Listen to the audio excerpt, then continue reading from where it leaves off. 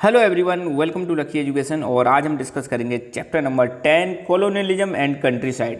जब भारत अंग्रेजों में रूल कर रहे थे, आप सबको पता है इंडिया में ईस्ट इंडिया कंपनी आई थी और ईस्ट इंडिया कंपनी ने यहाँ पे पहले तो ये ट्रेडर बन के आए थे, बाद में ये रूलर बन जाते हैं, आप सबको पता होगा आई एम श्योर।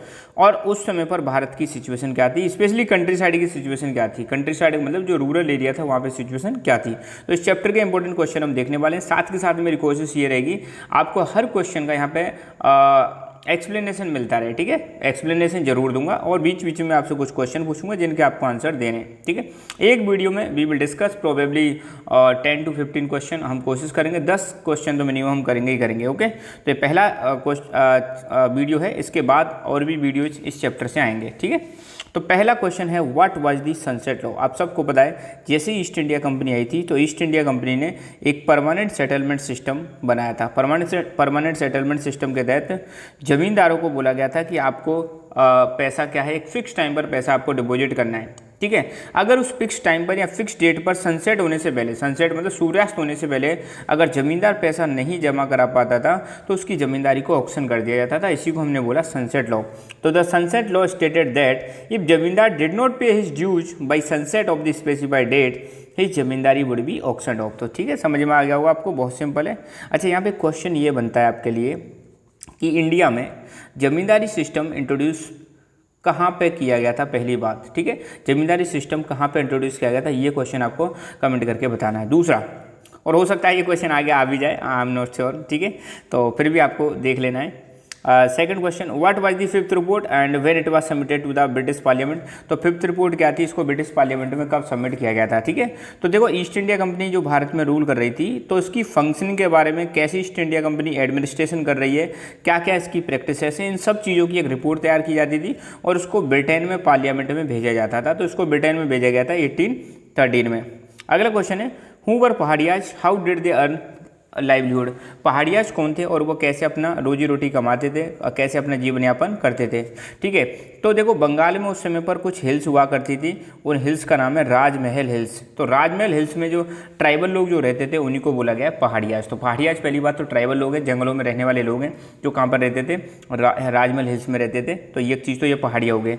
इनका सोर्स ऑफ इनकम क्या हुआ करता था, तो इनका सोर्स ऑफ इनकम ये फॉरेस्ट प्रोडक्ट को कलेक्ट करते थे और उनको बेच के आते थे, तब जाके इनका मतलब रोजी रोटी चलती थी। इसके अलावा ये शिफ्टिंग कल्टीवेशन भी करते थे, ठीक है। शिफ्टिंग कल्टीवेशन आपको बताइए, चलो कमेंट करके बताओ। शिफ्टिंग कल्टीवेशन को नॉर्थ ईस्ट इंडिया में किस नाम से जाना जाता है, ये चीज़ आपको बतानी है, जो ज्योग्राफी में भी आपने पढ़ी है, ठीक है। Next question, how did British control the zamindars.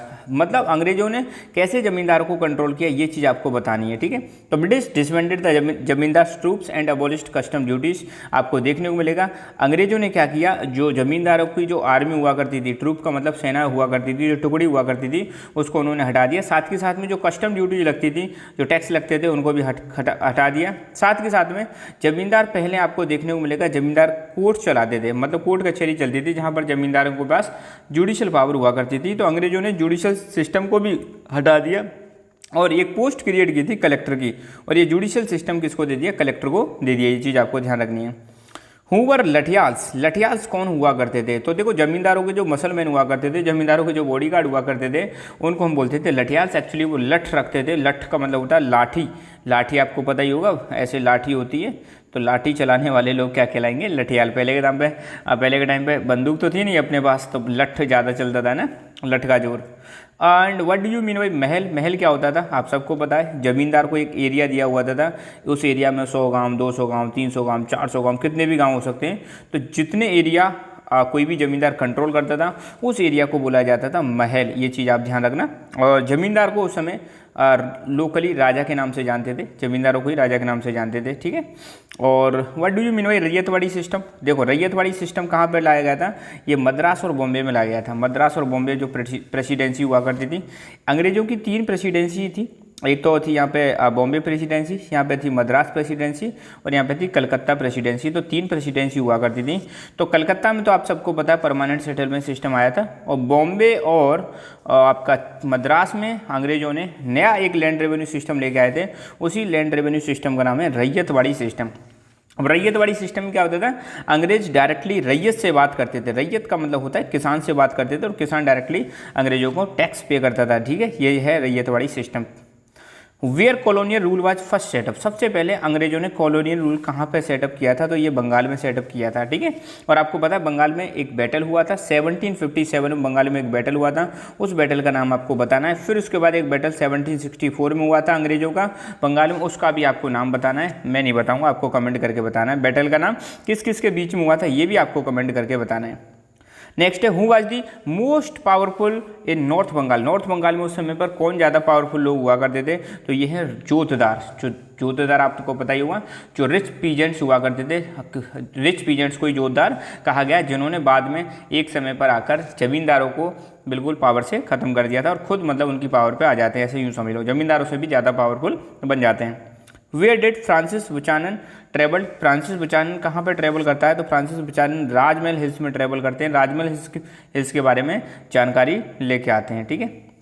Next question है what work did Paharia do, Paharia जो लोग होते थे, आप सबको पता है पहाड़िया लोग कहाँ रहते थे, राजमहल की हिल्स में रहते थे। तो पहाड़िया लोग क्या क्या करते थे, तो पहाड़िया लोग हंटिंग करते थे, शिफ्टिंग कल्टीवेटर्स थे, फूड गैदरर्स थे, चारकोल प्रोड्यूसर्स थे, सिल्कवॉर्म रियरर थे, ये सारे काम किसके होते थे, पहाड़ियाज के। हु वर कॉल्ड डाइकूज, डाइकूज किसको कहा गया, डाइकूज कहा गया मनी लेंडर्स को। मनी लेंडर आपको पता है बहुत ज़्यादा मतलब बड़ा चढ़ा के ब्याज लेते थे और बहुत ज़्यादा गड़बड़ी करते थे वही खातों के माध्यम से, तो इनको डाइकूज कहा गया है ना। Who was David Ricardo, David Ricardo कौन थे, तो डेविड रिकार्डो एक इकोनॉमिस्ट थे जिन्होंने ब्रिटिश गवर्नमेंट को कुछ आइडियाज़ दिए थे लैंड रेंट से संबंधित, तो ये इंग्लैंड के ही थे और एक इकोनॉमिस्ट थे।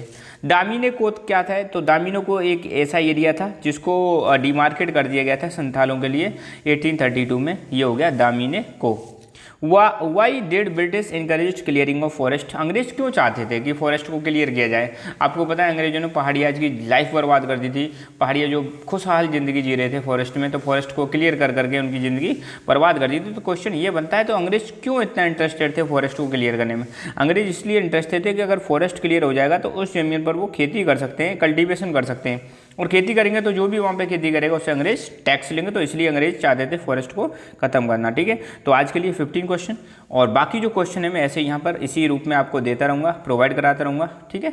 और आपको अपने जितने भी क्वेश्चन यहाँ पे पूछे जाते हैं उन सब के आपको आंसर कमेंट करके बताने हैं। तो ये क्वेश्चन पे तो आपको पता नहीं है, पहला मैंने बताया था परमानेंट सेटलमेंट सिस्टम कहाँ पर इंट्रोड्यूस किया गया था, किसने इंट्रोड्यूस किया था, और परमानेंट सेटलमेंट सिस्टम में क्या होता था। ये 3 क्वेश्चन आपको परमानेंट सेटलमेंट से कमेंट करके बताने, बाकी जो भी पूछें वो भी आपको कमेंट करके बताने, ठीक है। So thank you, God bless you all.